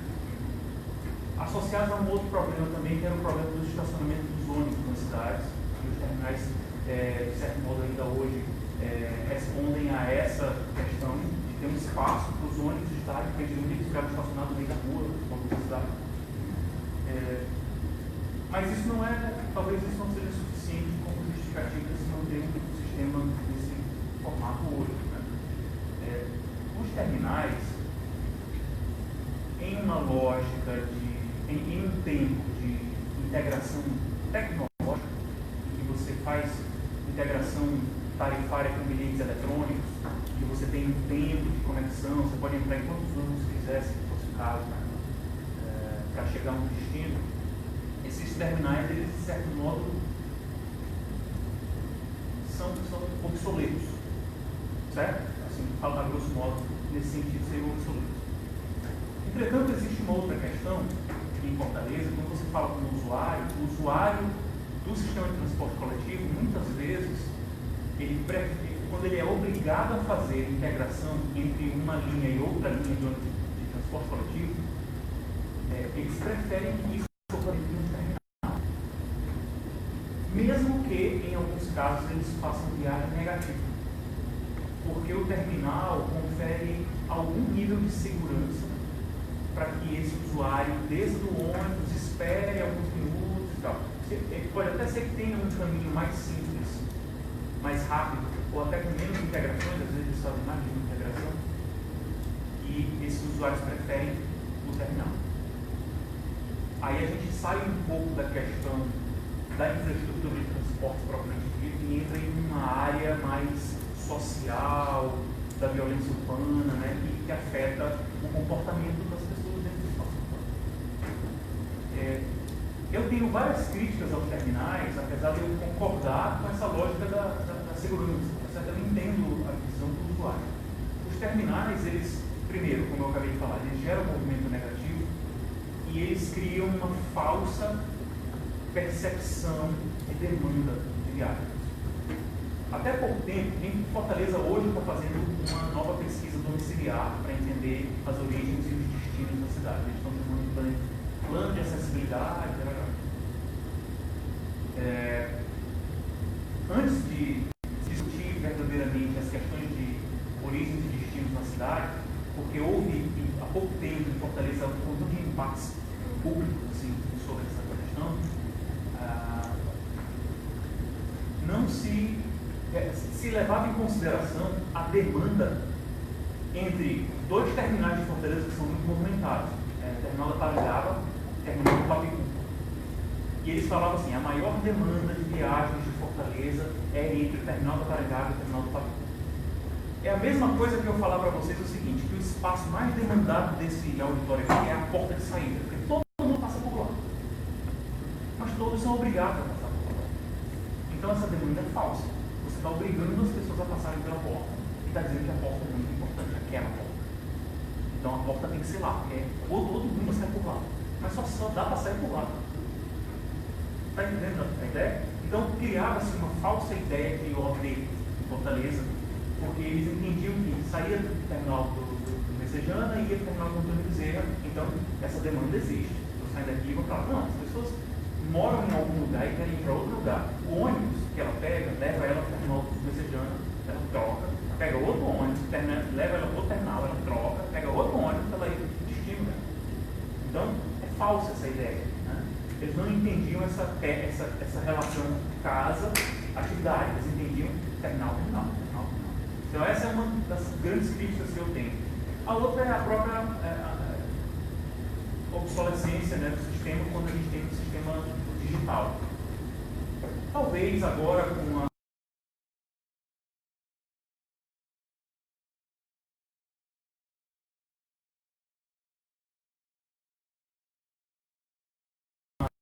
metrô, mas para isso o metrô tem que crescer bastante. E uma outra última questão com relação a isso ainda é que os terminais, alguns deles já estão passando por um novo projeto, alguns deles vão ser integrados fisicamente no sistema de metrô e eles vão, a ideia da prefeitura, que é a ideia de projeto, é tornar esses terminais grandes centros de convivência e de atividades. Abrir, tornar uma espécie de shopping center público. O que significa que essa ideia de serem anacrônicos, né, e de caírem, se tornarem obsoletos também, já está na pauta que vai tomar. E a última coisa é que eles estão pensando também em mini terminais em Fortaleza espalhados. Vão ser pequenos terminais de integração muito menores, associados à infraestrutura de transporte, não vai ser mais um quarteirão, como são os atuais terminais. Significa, mais uma vez, uma tentativa de modernização dessa lógica, né, de integração. Com relação à cidade planejada, é muito complexa, né, essa discussão, porque essas cidades planejadas elas parecem mais condomínios fechados. Não sei até que ponto eles são fechados ou não. Essas elas são abertas. Não é uma experiência nova, isso acontece há muito tempo. Eu me lembro que um dos elementos que eu estudei no meu mestrado foram as cidades japonesas planejadas. Eles tiveram uma etapa, uns 20 anos ou 30 de cidades planejadas, e aí no começo dos anos 2000 eles cessaram essa produção. A questão, né, é que eu não sei até que ponto uma cidade posta para que as pessoas se adequem a ela é a solução que vai resolver. Existe uma teoria, um conceito atual que se chama self-selection. Não sei se vocês já entraram em contato. Self-selection é o seguinte: ele surge como uma resposta a padrões de movimento. A pessoa fala assim: temos que fazer cidades compactas e misturadas, porque assim as pessoas vão caminhar mais. Aí uma outra pessoa fez um estudo e falou assim: rapaz, na verdade, as pessoas caminham mais nessas cidades compactas e misturadas porque as pessoas que querem caminhar procuram morar nessas cidades.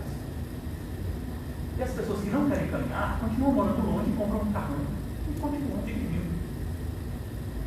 O que nos traz a discussão dessas cidades? Essas cidades, elas atraem que público? Até que ponto essa cidade, e aí talvez entrando já na próxima discussão, né? Essas cidades, elas cobrem.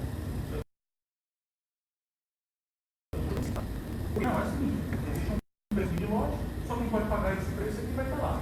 Então, eu não sei a que ponto a cidade artificial, ela resolve, né? Brasília, por exemplo, é um caso de cidade que foi desenhada e que, não vou dizer que deu errado, mas o efeito final, não é exatamente errado, mas o efeito final é diferente daquele planejado, né? Existe um plano piloto aqui, mas existe um milhão de pessoas que tiveram que se assentar de outro jeito, criando aquele conjunto de bairros orgânicos, né? Então, será que é muita audácia? Será que não é audácia nossa olhar o processo de cima para baixo, olhar assim e falar: olha, agora é a seguinte, sua casa vai ser aqui, o prédio vai ser aqui? Eu não sei se é muito. Eu não sei. Eu não sou muito fã dessa ideia. Eu acho que o caminho é o inverso. O caminho é você sair de baixo para cima. É entender como as pessoas se comportam, entender que problemas esse comportamento gera e tentar gerir esses comportamentos para diminuir conflitos, melhorar a qualidade de vida. Me parece mais lógico e mais viável do que você chegar em cima para baixo e dizer como é que as pessoas vão viver. Essa é a melhor resposta que eu posso dar com relação a cidades planejadas. Dentro da lógica da ciência das cidades, Michael Bach, certo? Geógrafo inglês, a ideia é diminuir o nível de agregação do entendimento do fenômeno, de tal modo que você entenda como a menor parte do sistema se comporta em conjunto com as outras, para que você reconheça os efeitos emergentes. E esses efeitos emergentes você tenta domá-los, guiá-los, para que eles não gerem questões indesejáveis. O efeito contrário é o que a gente vem fazendo faz 200 anos. Eu não sei até que ponto ele já está saturado. Eu não sei. Não, é como disse, não é uma ideia nova e não me parece que ela é muito suficiente em alcançar os benefícios que nós procuramos. Maurício, equidade de oportunidades. Eu venho discutindo muito dentro do meu grupo de estudo alguns conceitos, certo? E dentro dessa discussão aqui de acessibilidade, eles são difíceis de serem incorporados, tá certo? Um deles é o igualitarismo. Até que ponto, e a gente, a priori, a gente acredita que é impossível, até que ponto a gente consegue garantir igualdade de acessibilidade? E, como você bem disse, localizações são únicas, jamais conseguiremos garantir níveis idênticos de acessibilidade a todos os pontos do espaço. A não ser que a gente comece a se teletransportar.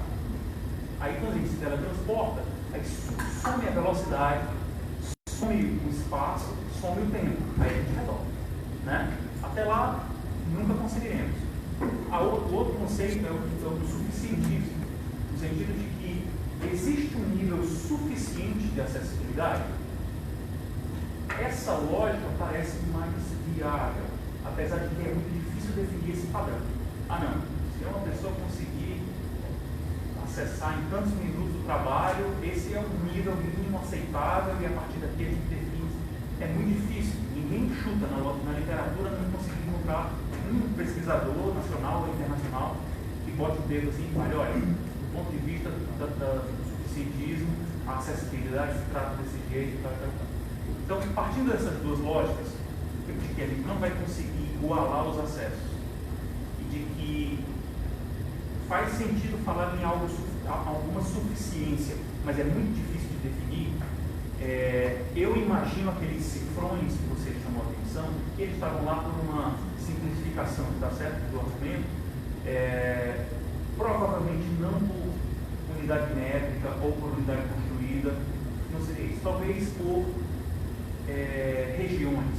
E aí não é toda a região do mesmo preço, é uma média ou uma mediana ou um valor de tendência central daquela região ter comportamentos minimamente similares com a da região do lado, para que você crie algum nível de homogeneidade na distribuição desses acessos à terra, à posse da terra, de tal modo que você garanta a multiplicidade dos usuários desse espaço, porque a gente não quer, ao mesmo tempo que a gente luta por algum nível de equidade nas oportunidades, na maneira, né, de alcançar essas oportunidades, a gente quer que esses espaços eles estejam disponíveis para todos os tipos de pessoas. Então, como você disse, se eu coloco um cifrão mínimo, quem tiver menos do que um cifrão não acessa aquele espaço. Isso me parece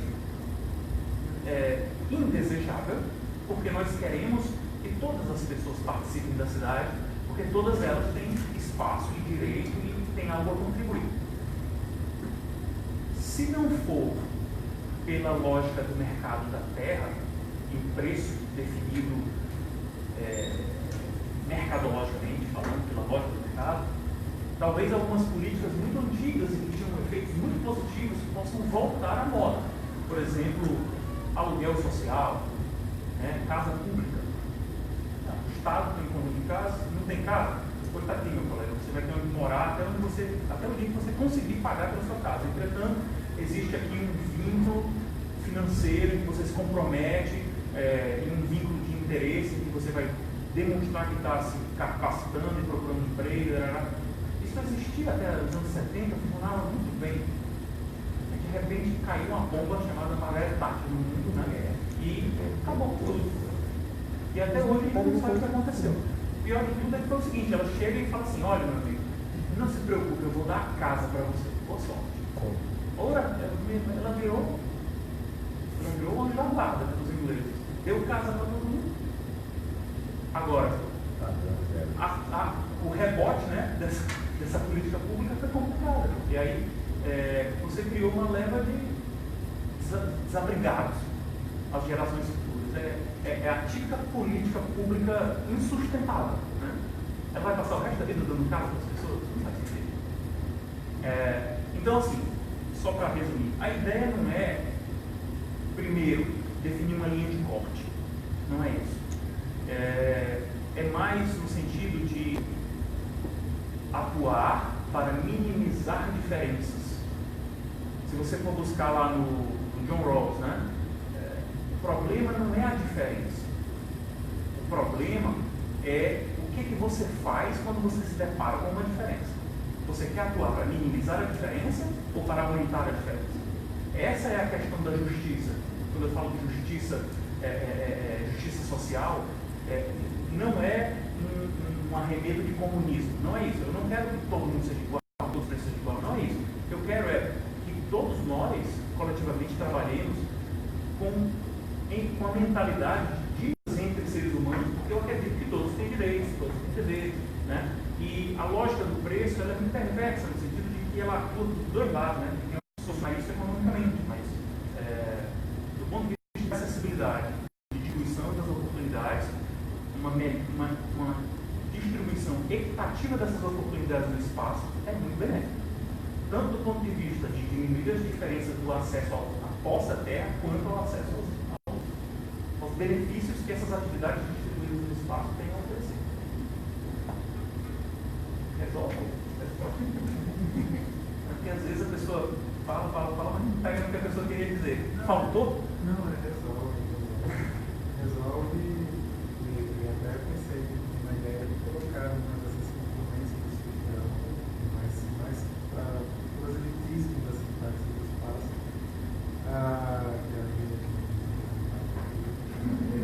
Uma medida de centralidade de rede. Você trouxe por centralidade, né? Você trouxe por distância topológica, você trouxe, porque nem sempre a distância mais curta é a mais acessível, né? Se a malha é mais labiríntica, talvez você tenha mais dificuldade de atravessar, mesmo ela sendo metricamente mais curta. Além de outros aspectos. E aí vem dá uma certa continuidade à questão anterior, né? Porque se é labiríntica e fosse uma labiríntica, envolve um pouco do planejamento, do parcelamento, de outros fatores, porque às vezes ela é labiríntica porque se cristalizou-se desse jeito, ou porque planejou,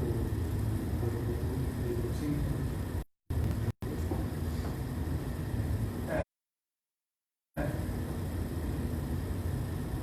Juntar essas duas coisas, né? Entender a rede e entender os outros indicadores, juntamente, eu acho que deve trazer para a caracterização da realidade. A gente pode nos servir para tratar um pouco de outros problemas. A centralidade mesmo ela é uma desigualdade que não é para ser bobo. É geometria, né? Quase. E um lugar que é fácil de chegar pode ser bom para o comércio varejista, pode ser bom para o spa. Né? Pode ser bom para algumas atividades e para outras. Agora é só lembrando. E essa diferença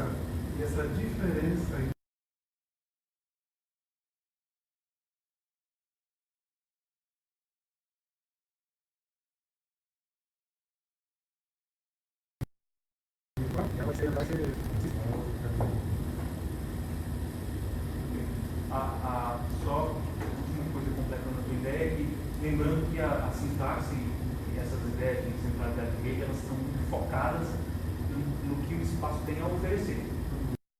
A outra que é o que as pessoas demandam, ele é crucial para você entender essas complementaridades sociais. Não adianta você criar as mesmas condições para tudo se cada coisa tem demandas diferentes. Por isso que a discussão não é sobre igualdade, mas sobre equidade. Equidade e oportunidades. É a equidade que define se você vai trabalhar diferentemente para para alcançar os mesmos benefícios do que para o outro, você trabalhou de outra maneira. É como o exemplo que eu dou para os meus alunos é assim: imagine que você tem um dog alemão e um chihuahua. Se você vai trabalhar com igualmente para os dois, você vai dar 3 quilos de ração todo dia para cada um. O chihuahua vai morrer, né? Se você empurrar 3 quilos de ração dele para os dois, né? Então não é uma questão de igualdade, é uma questão de equidade. Você tem que garantir nutrição e bem-estar para os dois. Se esse aqui precisa de 200 gramas e esse aqui de 2 quilos, então que seja. Então é uma questão de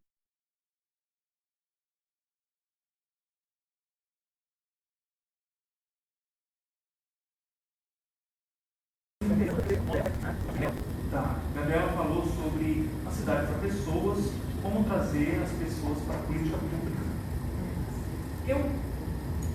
Ultimamente,